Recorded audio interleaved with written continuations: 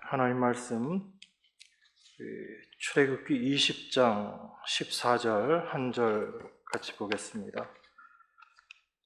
출애굽기 20장 14절입니다. 간음하지 말지니라. 저희가 지난주에 살인하지 말지니라 라는 말씀을 생각을 해봤습니다. 그 말씀들을 통해서 우리 인간들 안에는 살인의 의지가 있다라는 것을 저희들이 생각했습니다. 우리가 실질적으로 어떤 사람을 죽이고 죽이지 않고 그것을 떠나서 우리 마음 가운데 있는 그 분노가 살인으로 나타나고 또 그 살인이 결국은 하나님을 살해하는 그 모습이다라는 것을 저희가 확인을 했습니다. 그러니까 세상법으로는 우리가 살인하지 않았다라고 하더라도 우리 안에 이미 그 미워하는 마음이 있다라는 것, 그것 자체가 살인이기 때문에 그 살인의 본질을 우리들이 올바로 깨닫는 것이 필요합니다. 그래서 사도들이 복음을 전할 때도 너희가 십자가에 못 박아 죽인 예수를 하나님이 다시 살리셔서 주와 그리스도가 되게 하셨다, 그렇게 이야기합니다. 그러니까 우리는 이 사도들의 말을 통해서 우리 자신이 어떠한 존재인지를 확인하게 되는 것입니다. 우리는 아니다라고 부인할지라도 우리 자신들이 바로 우리들 각자가 예수님을 십자가에 못 박은 그러한 자다라는 것을 말씀을 통해서 확인하고, 또한 우리 안에 있는 그 죄된 본성을 통해서 다시금 확증되어지는 것입니다. 살인하지 말라라는 그 말씀을 통해서 우리 모두가 살인한 자로 드러나게 되는데, 그 살인한 자로 드러난다라는 것, 단순히 우리가 다 살인자다라는 것, 그것을 아는 것이 중요한 것이 아니라 내 자신이 살인자다, 이것을 확실하게 알게 될 때 우리는 하나님의 은혜가 무엇인지를 다시금 생각하게 됩니다.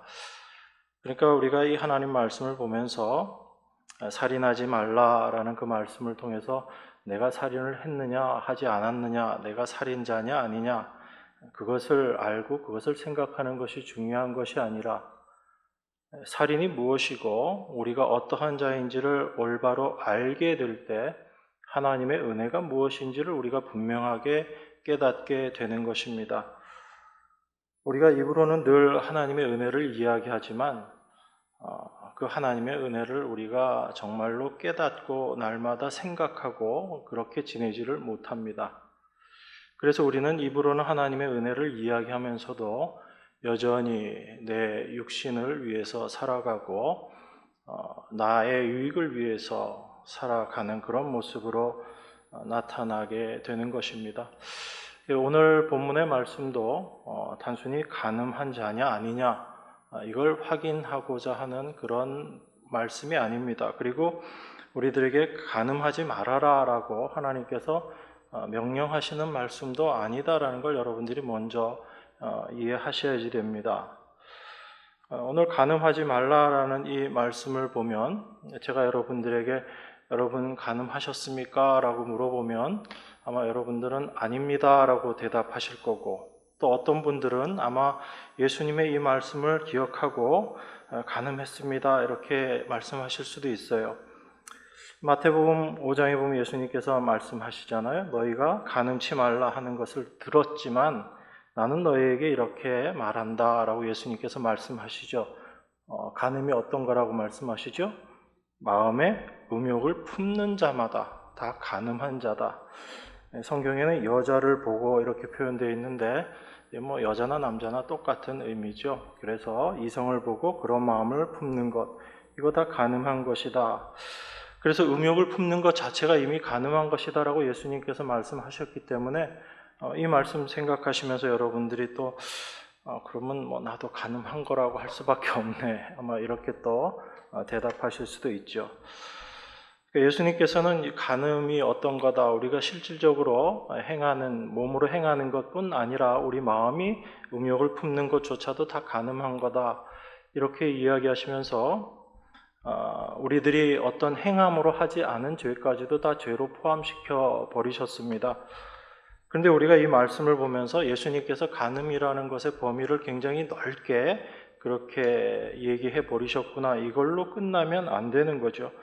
예수님께서 이렇게 말씀하신 이유가 있습니다. 우리가 나는 간음 안 했어요 라고 우리들이 그렇게 부정할 때 예수님께서 아니야, 너희가 음욕을 품어도 다 간음한 자들이니까 너희들 다 간음한 자야, 이걸 예수님께서 우리에게 말씀하시고자 하시는 것이 아니다라는 겁니다.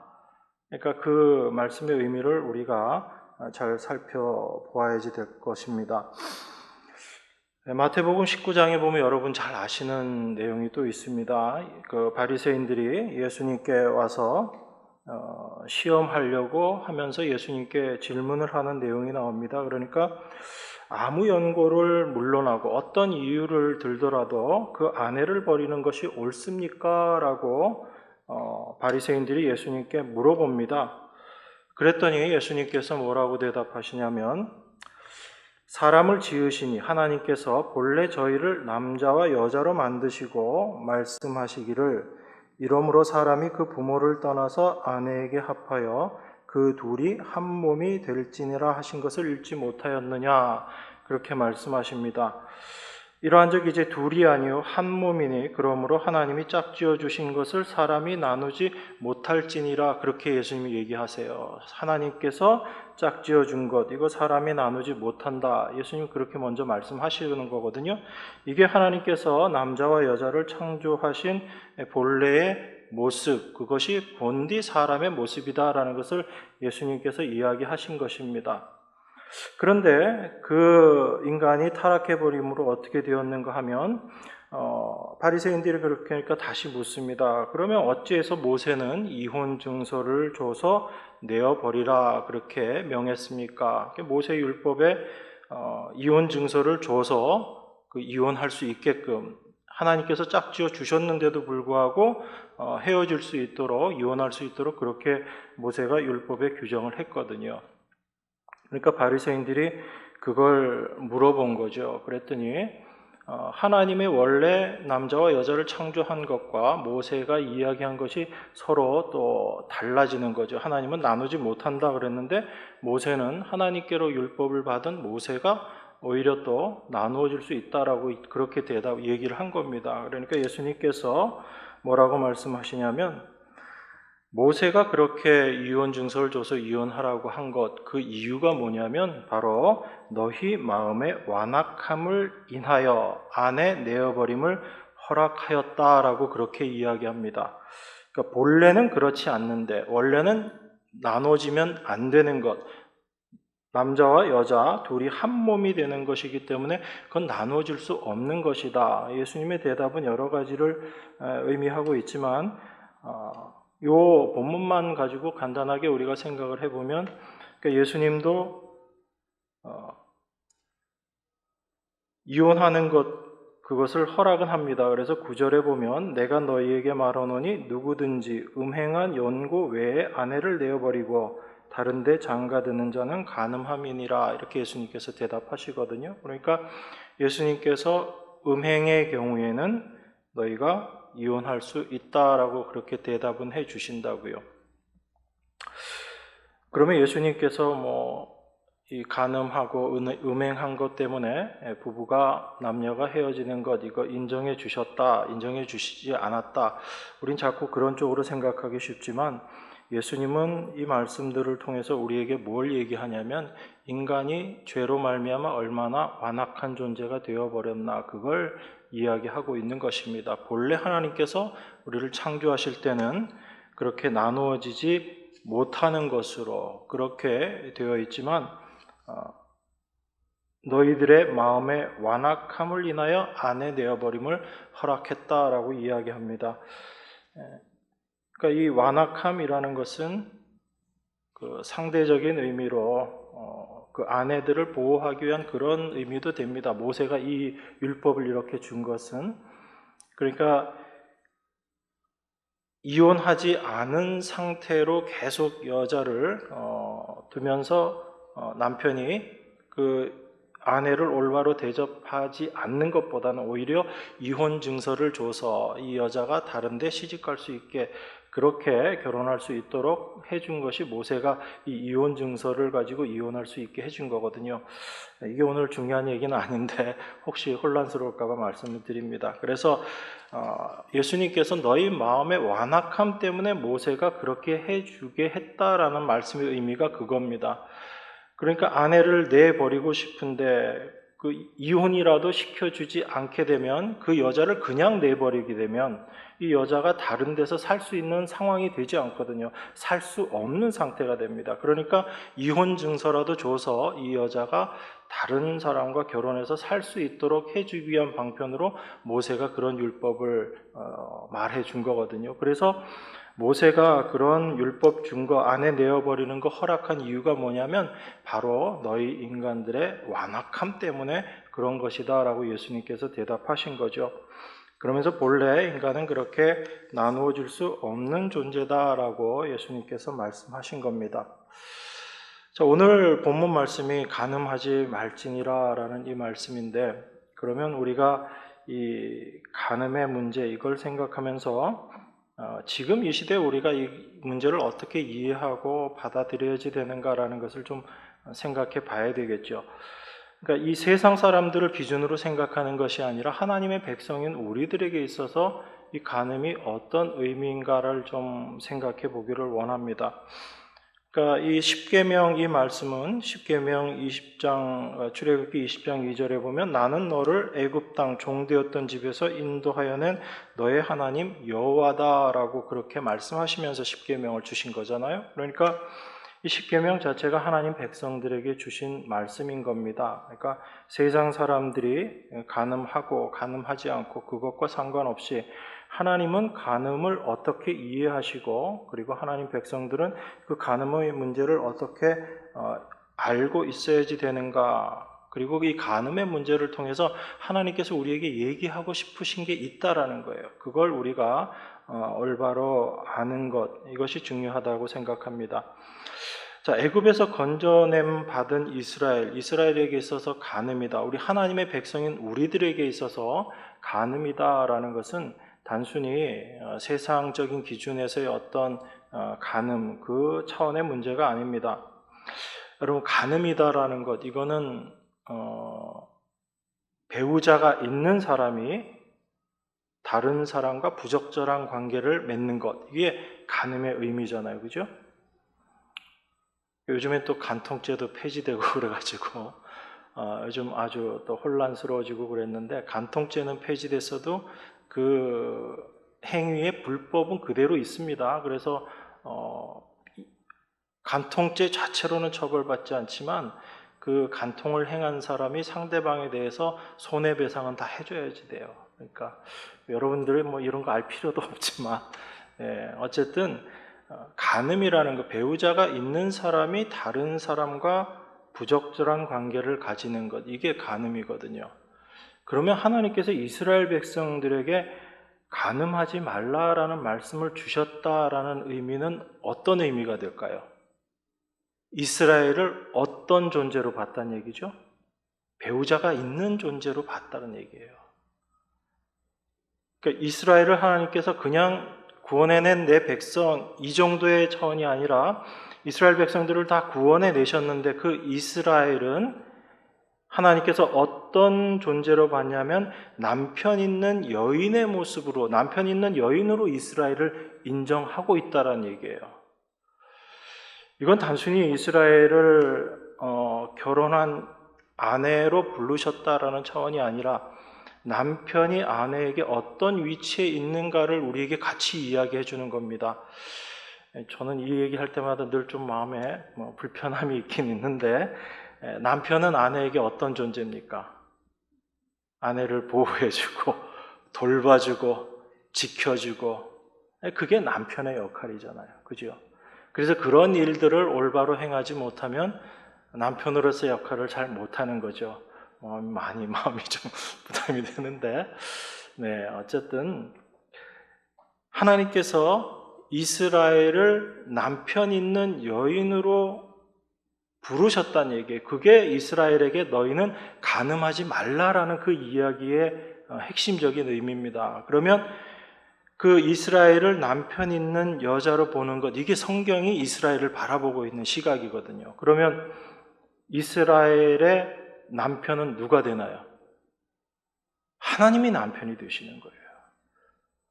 그러니까 간음하지 말라 이 말씀을 보면서 나는 간음하지 말아야지, 내가 간음했냐 안 했냐 이걸 따질 게 아니라 우리는 이 말씀을 통해서 하나님이 내 남편이시구나 이걸 알아야지 되는 겁니다. 그런데 이걸 알지 못하면 그저 이 말씀이 해야지 되니 안 해야지 되니 이런 말은 없는 거죠. 간음을 했니 안 했니 이렇게 따지는 율법의 말씀으로 가버린다고요.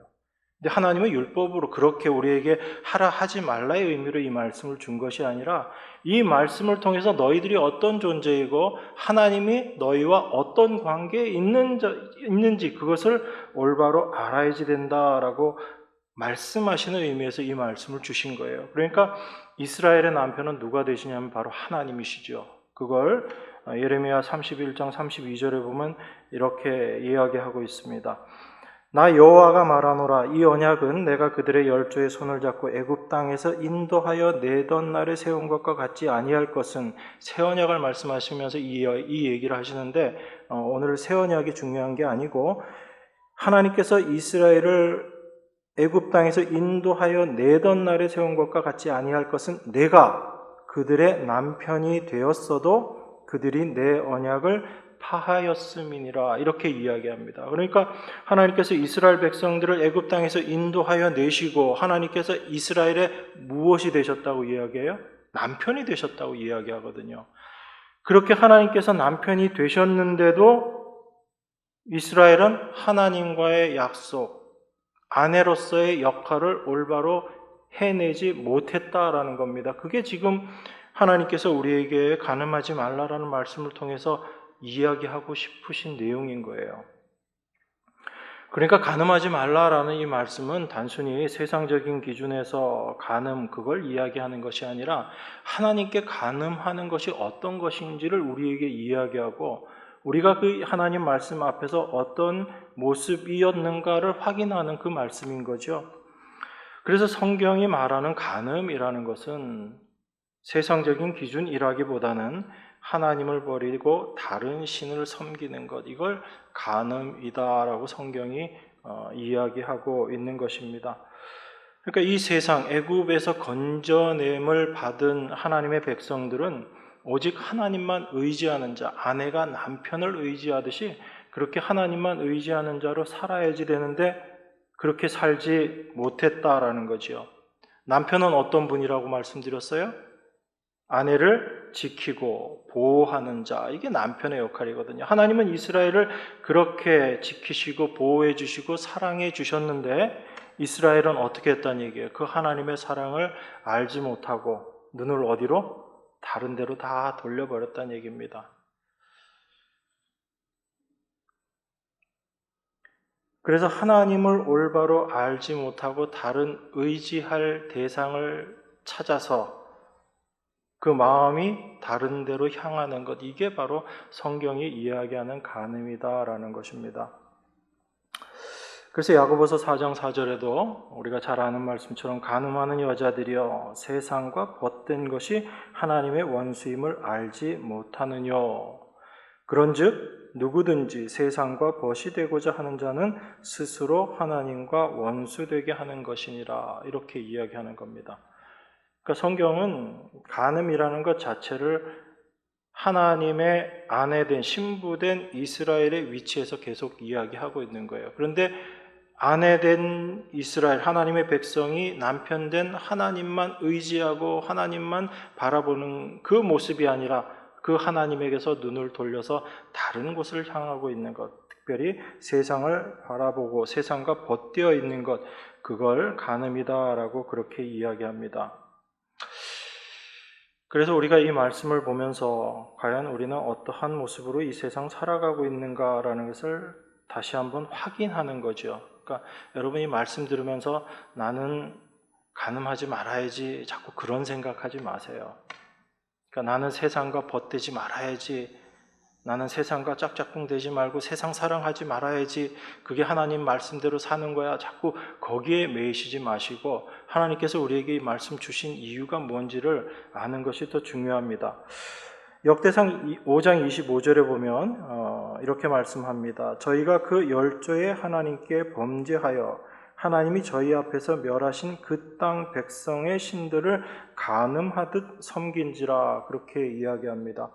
그러니까 이스라엘 백성들이 가나안 땅에 들어가서 하나님께서는 그 가나안을 완전히 다 멸하신다라고 말씀하셨고, 실제 가나안 백성들을 멸하시면서 이스라엘 백성들을 그 가나안 땅에 다 자리를 잡게 그렇게 해주셨거든요. 그런데 그렇게 가나안을 정복한 이스라엘이 어떤 모습으로 살아가냐면 그 땅 백성들의 신들을 섬기는 그 모습으로 살아가고 있는 거예요.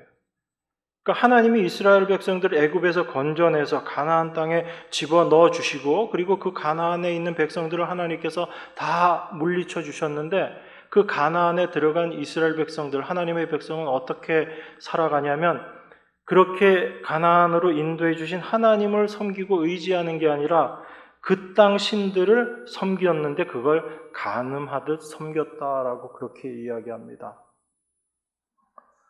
여러분, 이 이스라엘의 모습이 이해가 되시나요? 아니면 잘 이해가 안 되시나요? 그런 나쁜 이스라엘이 있는가? 그렇게 생각하기 쉽지만, 여러분, 하나님의 백성이지만 이스라엘이 광야 생활을 거쳐서 애굽에서 구원함을 받아서 광야 생활 40년을 지내고 이제 가나안으로 들어가게 됩니다. 그랬을 때 그들이 가나안에서 봤었던 가나안 백성들의 삶이 어땠을 것 같아요? 성경 자세히 읽어보시면 가나안 백성들의 삶이 어땠을 것이다라는 걸 우리가 짐작할 수 있습니다. 가나안 백성들이 잘 살았을까요? 못 살았을까요? 굉장히 잘 살았어요. 어느 정도로 잘 살았냐면 이스라엘 백성들이 가나안 백성들의 삶을 보고 그들의 풍족함을 보고 그 마음이 흔들릴 수밖에 없을 정도로 가나안 백성들이 풍족한 삶을 살았습니다. 그걸 어떤 내용으로 우리가 확인해 볼 수 있냐면 여호수아 17장 16절에 보면 이런 표현이 나옵니다. 골짜기에 거하는 자든지 다 철병거가 있나이다, 그렇게 얘기합니다. 이스라엘 백성들이 가나안에 있는 그 가나안 족속들을 다 물리치지 못한 이유 중에 한 가지를 이야기하는데 그들이 철병거를 가지고 있다라고 그렇게 이야기해요. 그리고 사사기에도 보면 야빈 왕은 철병거 900승이 있어서 20년 동안 이스라엘 자손을 심히 학대한 고로 이스라엘 자손이 여호와께 부르짖었더라, 그렇게 이야기합니다. 그러니까 가나안 백성들은 뭘 갖고 있었대요? 철병거예요, 철병거. 이스라엘 백성들은 이때 뭐 갖고 있었을까요? 그러니까 요즘 전쟁으로 얘기하면 지금 저쪽 동네 한참 시끄럽게 전쟁하고 있지만 탱크 몰고 가는데 이스라엘 백성들은 그냥 권총, 총 들고 맞서 싸우는 그런 정도밖에 안 됐다는 얘기입니다. 그만큼 차이가 많이 나 있었던 거죠. 그러니까 이스라엘 백성들이 하나님의 인도하심을 받아서 가나안 땅에 들어갔는데 들어가서 보니까 가나안 백성들의 삶이 어떤 거예요? 자기들이 우리가 상상할 수 없을 정도의 그런 풍족한 삶을 누리고 있다라는 거죠. 그 모습을 보면서 이스라엘 백성들이 어떻게 마음이 흔들렸을까요? 하나님께서 우리를 이 가나안에 집어넣어 주셨는데, 그런데 그 하나님의 은혜를 생각하기보다는 오히려 그 땅 가나안 백성들의 풍족한 모습을 보면서 우리를 인도한 하나님보다 그 가나안 백성들을 풍족하게 해준 가나안의 신들의 더 마음이 빼앗겨 버린 거예요. 그래서 구약에 나와 있는 선지서들을 읽어보면 이스라엘 백성들이 얼마나 가나안 이방 신들을 섬겼는가, 그 이야기들을 특별히 예레미야 3장에 보면 예레미야가 이스라엘에게 이야기하면서 전국을 다 둘러봐도 행음하지 않은 곳이 없다라고 이야기합니다. 그러니까 이방 신을 섬기지 않은 장소가 없다라고 이야기할 정도로 그렇게 이방의 신들을 섬기고 있었던 게 이스라엘의 모습이라는 거예요. 그래서 예레미야 3장에 읽어보면 하나님께서 이렇게 이야기합니다. 북이스라엘이 그렇게 이방신들을 섬기고 해서 하나님께서 아수르를 불러서 북이스라엘을 멸망시켜버렸다. 그들을 다 포로되게 해버렸다. 그런데 그 북이스라엘이 멸망하는 걸 누가 보고 있었어요? 남유다가 보고 있었잖아요. 유다가 보고 있었는데도 유다가 어떻게 했대요? 너 자매가 그렇게 잘못 행해가지고 아수르에게 망하는 걸 봤는데도 너희들 똑같이 하더라, 그 얘기를 합니다. 그래서 유다도 어떻게 해요? 하나님께서 또 포로로 잡혀가게 다 그렇게 해버리신 거죠. 그러면서 하나님께서 뭐라고 이야기하시냐면 이런 모습을 보고도 유다가 회개치 아니했다라고 이야기하면서 오히려 북이스라엘 너희들이 오히려 유다보다 더 의롭다라고 이야기합니다. 그러면서 하나님께서 어떤 이야기를 하시냐면 너희들 다 그렇게 간음하고 그렇게 해서 다 포로로 잡혀가고 했지만 내가 그들을 다시 받아주겠다라고 말씀하세요. 그래서 하나님께서 돌아오라라고 그렇게 이야기하십니다. 그래서 우리는 이 간음하지 말라라는 이 하나님의 말씀을 통해서 확인해야지 되는 것이 있습니다. 우리가 했느냐 하지 않았느냐를 따지는 것이 아니라 이 말씀을 통해서 하나님의 마음을 확인해야지 되는 거죠. 그렇게 하나님께서 이스라엘 백성들을 어떻게 남편으로서 어떻게 사랑하셨는가 그걸 보여주는 게 우리가 잘 알고 있는 호세아서잖아요. 그래서 늘 얘기하죠. 우리는 다 누구와 같은 자? 호세와 같은 자가 아니라 고멜과 같은 자죠. 그죠? 우린 다 고멜이에요. 그런데 하나님께서 호세아, 당시 선지자인데 호세아한테 뭐라고 이야기하냐면 음란한 여인 고멜을 데리고 와서 그 여인하고 결혼해라 라고 이야기합니다. 이때 당시에 음란한 여인이다라는 이 의미는 그 이방 신전에서 섬기고 있는 창기들 그런 여자들을 음란한 여인이다라고 이 시대에 표현했다 그렇게 얘기를 하더라고요. 그런데 그런 여인과 하나님의 선지자에게 결혼하라라고 하나님께서 말씀하십니다. 그래서 결혼해가지고 애를 낳는데 첫 번째 애 이름이 이스르엘이에요. 그죠? 그 이스르엘의 뜻이 뭐예요? 이스라엘을 흩어버리시겠다. 이게 그 이름의 의미거든요. 그리고 둘째 딸을 낳습니다. 딸 이름이 로루하마예요. 로루하마는 무슨 뜻이냐면 하나님의 긍휼하심을 입지 못할 것이다 라고 그렇게 얘기합니다. 하나님의 백성이 선지자와 고멜이 결혼을 했는데 애를 낳는데 하나님께서 그 이스라엘 흩어버리시겠다. 그리고 긍휼 입지 못할 자야 그렇게 얘기합니다. 결정적으로 셋째 아들을 낳았는데 이름이 로암미예요. 그 로암미 이름의 뜻이 내 백성 아니다라는 겁니다. 결정타죠. 그러니까 고멜이 전부 딴 데 나가서 간음해서 나온 자녀란 얘기예요. 그 고멜의 모습이 바로 우리들의 모습이다라고 고발하고 있는 것이 성경의 말씀인 거예요. 그게 바로 우리들의 현 주소인 겁니다. 우리는 간음하지 않았습니다. 하나님 저희는 세상과 벗되어서 살아가는 자가 아니고 하나님만 섬기는 자입니다라고 우리가 말은 하면서도 여전히 우리 마음속에는 어떤 게 있는 거예요? 세상을 향하는 마음이 있고 세상의 좋은 것들에 끌리는 마음이 있고 세상 사람들이 추구하는 그것 우리도 여전히 우리 안에 추구함이 있는 그 마음들이 이 말씀들을 통해서 다 드러나고 확인되어야지 되는 겁니다. 그래서 간음하지 말자가 아니라 나는 간음할 수밖에 없는 존재다라는 것을 여러분들이 이 말씀을 통해서 확인하셔야지 되는 거예요. 그런데 내가 간음하는 존재다라는 것으로 끝날 것이 아니라 바로 그 자리에서 하나님의 은혜와 사랑이 무엇인지를 우리가 올바로 아는 그 위치까지 나아갈 수 있어야지 되는 겁니다. 그런데 그 자리로 하나님께서 우리를 끌고 가시는 거예요. 그게 호세아와 고멜을 통해서 하나님께서 말씀해 주신 거잖아요. 그래서 호세아 2장에 보면 그 고멜을 하나님께서 다시 데려오라고 말씀하시고 하나님께서 다시 남편이 되어주시겠다라고 그렇게 이야기합니다. 그 이스라엘에 대해서.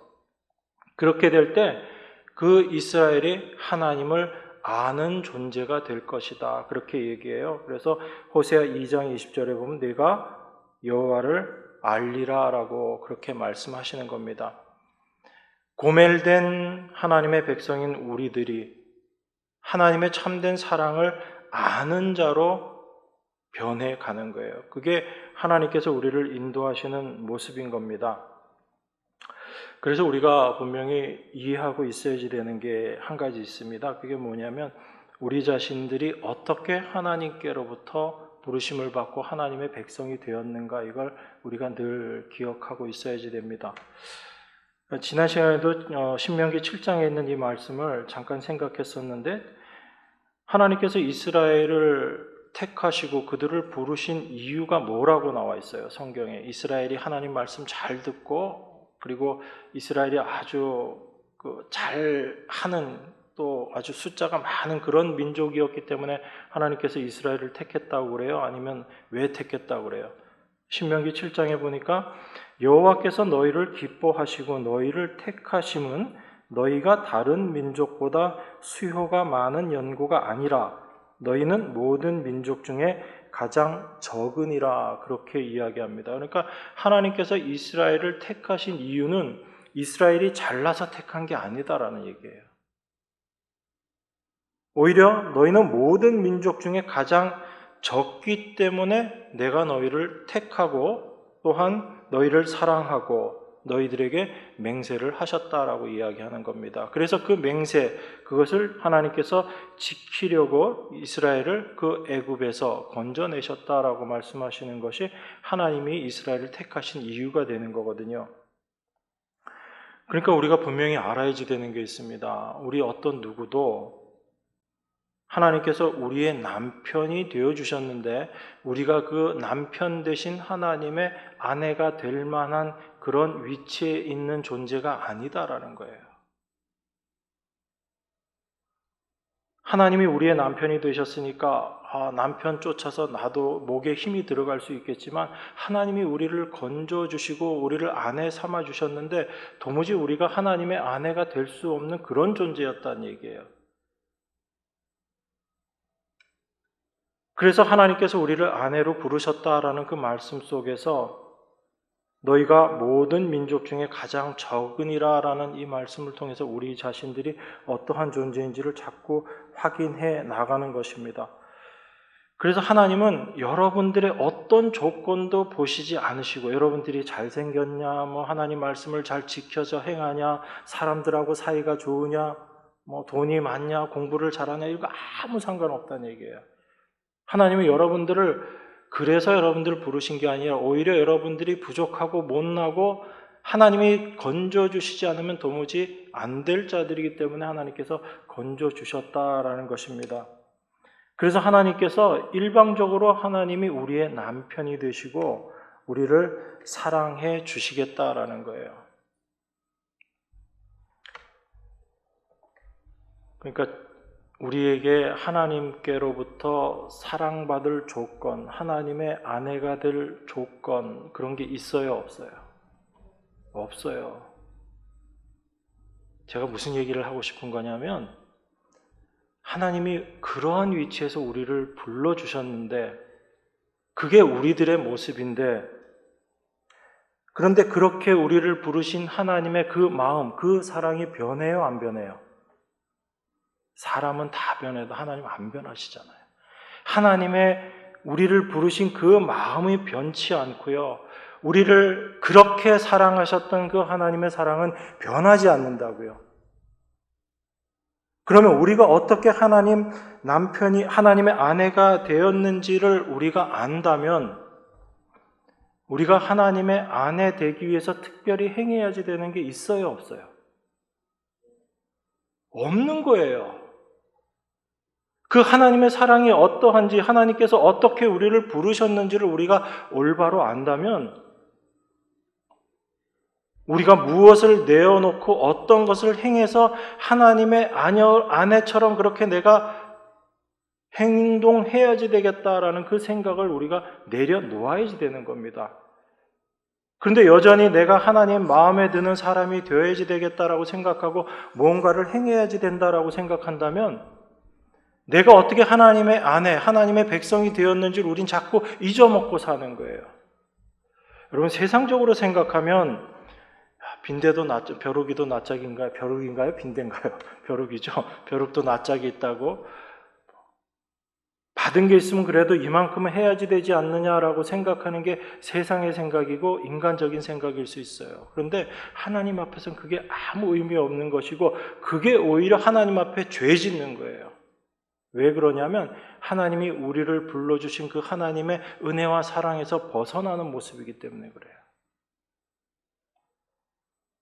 하나님은 우리의 그 어떠함에도 불구하고 하나님께서 우리를 아내 삼으셔서 이제 너는 내 아내다라고 하나님께서 인정했는데 우리는 여전히 어떤 생각으로 어떤 모습으로 살아가고 있냐면 그래도 제가 하나님 아내 되려면 그래도 이렇게 행동은 해야죠. 이런 생각은 하고 살아야죠.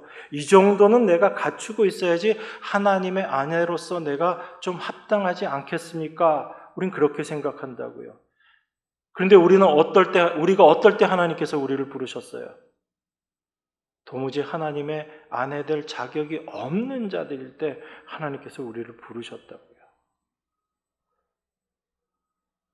그래서 우리는 평생의 삶을 통해서 그거 알아가는 거예요. 나는 도무지 하나님의 아내, 하나님의 백성 될 수 없는 자였는데 하나님께서 이런 나를 하나님께서 일방적으로 사랑하시고 나를 택해 주셔서 내가 하나님 자녀 된 것이구나. 내가 하나님의 아내 된 자이구나. 그 하나님의 은혜를 날마다 생각하며 알아가는 자죠. 그 하나님의 백성들이 바로 그리스도 안이라는 그 십자가 안의 세계를 살아가는 하나님의 백성인 거예요. 신약적인 표현으로 말씀드리면.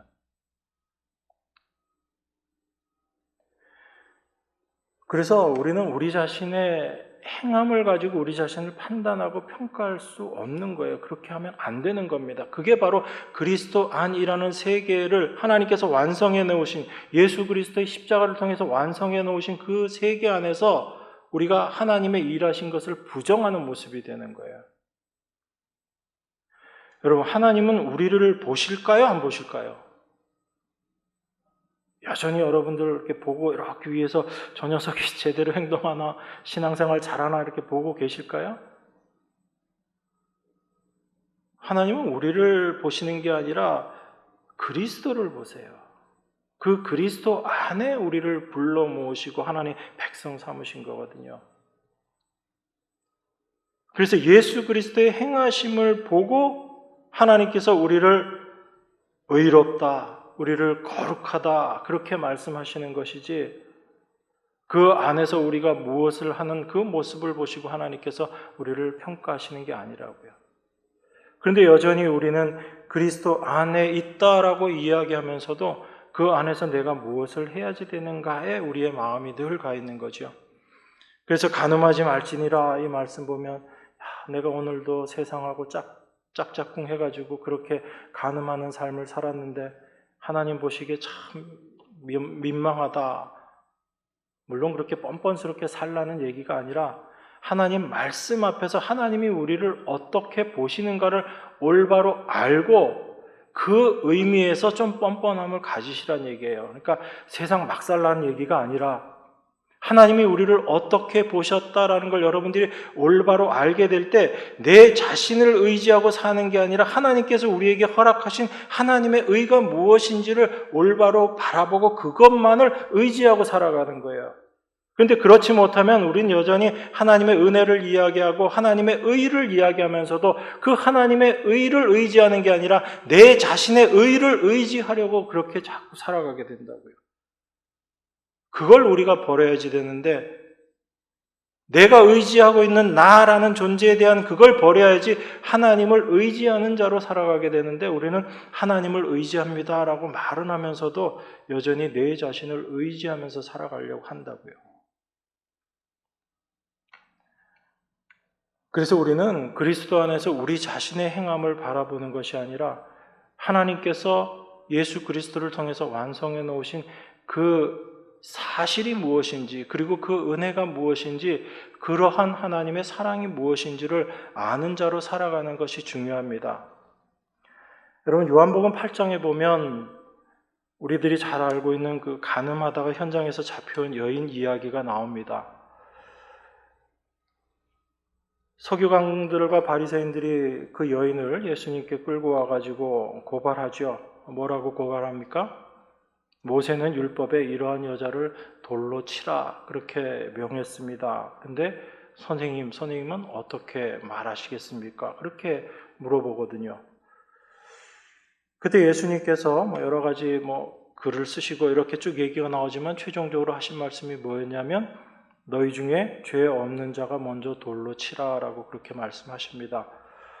그랬더니 그곳에 있던 나이 든 사람이나 젊은 사람들이나 다 양심의 가책을 받아서 돌을 다 내려놓고 되돌아갔다라고 그렇게 이야기해요. 그리고 나서 예수님과 그 간음한 여인과의 대화가 이렇게 됩니다. 요한복음 8장 10절입니다. 예수께서 일어나사 여자 외에 아무도 없는 것을 보시고 이르시되 여자여 너를 고소하던 그들이 어디 있느냐 너를 정죄한 자가 없느냐 대답하되 주여 없나이다. 예수께서 가라사대 나도 너를 정죄하지 아니하노니 가서 다시는 죄를 범치 말라 하시니라 이렇게 이야기합니다.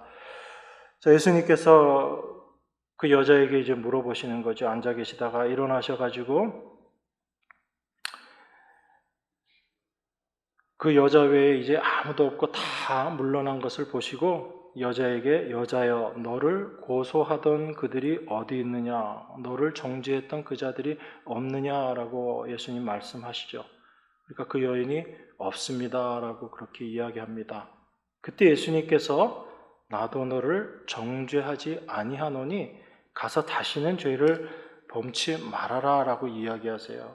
여러분 이 말씀 보시면서 이제 예수님께서 그렇게 용서해 주셨으니까 절대 이제 간음하지 말아야지 되겠다, 죄 범하지 말아야 되겠다. 우리는 그 정도로만 생각하잖아요.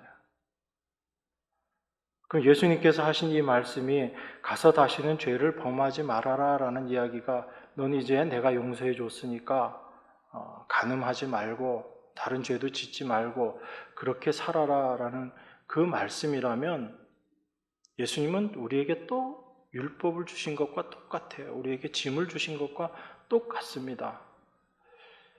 예수님께서 이 여인에게 가서 다시는 죄를 범하지 말라라는 이 죄 범하지 말라라는 말씀의 의미를 우리가 좀 생각해 보기를 원해요. 우리는 죄 범하지 말라 그렇게 하면 이제 우리는 죄 짓지 말아야지 예수님께서 죄 짓지 말라라고 말씀하셨다라고 생각하고 우리가 생각하고 있는 죄를 짓지 않으려고 한다고요. 그런데 여러분 성경에서 죄라는 게 어떤 게 죄예요? 살인하고 도둑질하고 사기치고 이게 죄인가요? 성경이 이야기하는 죄? 성경이 이야기하는 죄는 예수님을 믿지 않는 게 죄예요. 예수님을 믿지 않는다는 얘기는 어떤 의미예요? 예수님께서 행하신 그 일을 내가 믿지 않는 것, 그게 죄라는 얘기예요. 그러니까 예수님께서 너 가서 다시는 내가 너 정죄하지 않을 테니까 다시는 죄 범하지 말아라 이렇게 얘기하니까 이제 나가서 간음하지 말아야지 이 여인에게 그렇게 물론 가서 또 간음하라 그 얘기는 아니죠. 물론. 그런데 우리들이 자꾸 그렇게 오해를 한다고요. 예수님은 그 말씀을 하신 것이 아니라 너가 이 간음의 죄를 지었고 그 죄를 범했지만 그 모든 죄를 내가 정죄하지 않는 이유가 있다라는 겁니다. 예수님께서 왜 정죄하지 않으시는 거예요? 그냥 너 잘못했지만 내가 다 용서해 줄게 이 차원인 거예요? 그게 아니잖아요. 그 여인이 범했던 그 모든 죄, 간음으로 표현되고 있는 그 죄를 예수님께서 대신 감당해 주신 거잖아요. 그 여인이 돌에 맞아 죽어야 되는 그 죄를 예수님께서 대신 십자가에서 피 흘려 주심으로 다 감당해 주신 거잖아요. 그러니까 예수님께서 말씀하신 거예요. 내가 너 정죄하지 않겠다라고 말씀하신 겁니다. 그건 너 잘했으니까 아니면 너 죄 지어도 내가 그거 죄라고 인정 안 할게 그 차원의 얘기가 아니라 너가 간음의 죄, 그 간음을 범했지만 그 죄 내가 다 감당해버리고 그 죄를 내가 짊어지고 내가 죽어버리는 것이기 때문에 그 죄의 값을 내가 다 받아버리는 것이기 때문에 너에게 정죄할 필요가 없다라는 거예요. 그 정죄를 누가 다 받아버리신 거예요? 예수님께서 받아버리신 거라고요. 그러니까 내가 너를 정죄하지 않는다라는 그 말씀의 의미 속에 예수님께서 대신 그 여인 대신 정죄 받으시고 십자가에 달려 그 모든 죄들을 용서해 주시는 그 예수님의 십자가 사역이 그 안에 들어가 있는 거예요. 그러면 이제 우리가 죄를 범하고 죄를 안 범하는 건 어떤 거예요? 간음을 하고 안 하고의 문제가 아니라 예수님께서 십자가에서 이루어 놓으신 그 사실을 믿는가 믿지 않는가가 바로 죄를 범하느냐 죄를 범하지 않느냐의 문제인 거죠. 그러니까 다시는 죄를 범하지 말아라 이야기는 이제 간음하지 말고 정말 착한 여자로 살아야 돼, 이 말씀의 의미라기보다는 너를 정죄하지 않는, 그래서 그 정죄함을 내가 대신 다 감당하고 십자가에서 해결한 그 사실을 올바로 믿고 살아가는 자로 살아가라. 이게 바로 죄를 짓지 않는 모습인 거예요. 여러분, 우리가 죄를 짓지 않는다라는 성경적인 표현에서의 의미는 어떤 거냐면 살인, 강도 이런 걸 하고 안 하고의 문제가 아니라 내 죄가 예수 그리스도로 말미암아 다 용서되었다라는 그 하나님의 은혜, 그 하나님의 사랑을 믿느냐 아니면 믿지 않느냐, 그것을 믿고 살아가느냐 믿지 않고 살아가느냐의 모습인 거예요. 우리는 간음하지 않는다, 그렇게 내가 오늘은 간음은 안 했어, 그런데 또 다른 죄 범하고 사는 게 우리들의 모습이잖아요. 하나 막아놓으면 또 다른 데가 터지는 게 우리들의 삶의 모습일 수밖에 없는데, 단지 무엇을 하고 하지 않고의 문제가 아니라 이러한 우리를 하나님께서 어떻게 사랑하셨는가를 올바로 아는 것, 그게 중요한 거죠. 여러분, 그래서 하나님의 백성은 무엇을 하고 안 하고의 문제가 아니라 하나님의 그 사랑, 하나님의 변함없는 사랑, 하나님의 용서하심의 은혜가 무엇인지를 올바로 알고 살아가는 자들이 하나님의 백성인 거예요. 그런데 우리가 그 하나님의 은혜와 사랑을 알지 못하면, 다시 말씀드려서 하나님의 의가 무엇인지를 알지 못하면, 나도 너를 정죄하지 아니한다라고 얘기하시는 그 하나님의 말씀을 우리가 올바로 알지 못하면 내가 내 의를 이루어서 하나님 앞에 서야지 된다라고 생각할 수밖에 없다는 거죠. 그건 하나님 백성 아닌 거예요, 여러분. 그래서 하나님의 백성은 하나님의 그 변함없는 사랑, 하나님의 용서하심의 그 은혜를 알고 뭐만 하면서 살면 돼요? 표현이 좀 그렇지만 그냥 감사하시면서 살면 돼요. 그런데 정말 감사가 안 되잖아요. 진정으로 이 안에서 하나님의 은혜와 사랑이 감사가 안 되잖아요. 입으로는 감사합니다라고 말은 하는데 누구 말대로 요즘 표현대로 보면 영혼 없는 감사인 줄. 말은 감사한다고 하는데 정말 이 안에서 그 감사함을 경험하지 못한 그러한 모습인 거죠. 그래서 하나님께서 우리를 끌고 가시는 거예요. 어디로 끌고 가세요? 우리 자신들의 죄의 자리로 우리를 끌고 가시는 거예요. 여전히 우리 안에 있는 그 죄의 본질이 무엇인지 하나님께서 깨닫게 하시는 거예요. 그건 단지 너는 다 죄인이야, 넌 심판받아야 돼, 이걸 말씀하시기 위한 것이 아니라 그 죄인의 자리에서 구원하여 주신 하나님의 은혜가 얼마나 크고 놀라운 것인지 우리를 은혜의 자리에 세우시기 위해서 하나님께서 우리를 죄의 자리로 끌고 가시는 거예요. 그게 하나님의 일하심이거든요. 그래서 하나님의 백성은 그 하나님의 일하심을 올바로 알고 하나님의 은혜를 올바로 알고 감사하면서 살아가는 자들, 이 자들이 바로 하나님의 백성들인 것입니다. 이게 이 땅을 살아가는 여러분과 저를 통해서 드러나야 된 신앙의 모습인 거예요. 하나님께서 우리를 이 자리로 인도하십니다. 오늘도 우리에게 간음하지 말라라는 그 말씀을 주시면서 여전히 세상과 짝하고 벗하고 살아가는 우리의 모습들을 보게 하시고 깨닫게 하시고, 그런데도 불구하고 여전히 변치 않고 사랑하시며 우리를 용서해 주시고 너는 나의 사랑하는 자다, 사랑받지 못할 자를 사랑하시는 그 하나님의 은혜를 우리로 하여금 깨닫게 하신 그 자리로 인도하고 계시는 것입니다. 그 하나님의 은혜와 사랑을 날마다 경험하면서 살아가시는 여러분과 제가 되기를 바랍니다. 기도하겠습니다. 도무지 사랑받지 못할 자를 사랑하여 주신 하나님의 은혜를 감사드립니다. 입으로는 하나님의 은혜를 이야기하지만 우리 안에 참된 하나님의 은혜를 어떻게 고백해야 할지, 하나님께서 저희들의 그 본질의 모습을 깨닫게 해주시고 보여주시지 않으면 하나님 앞에 감사함조차도 우리가 할 수 없는 것임을 또한 고백합니다.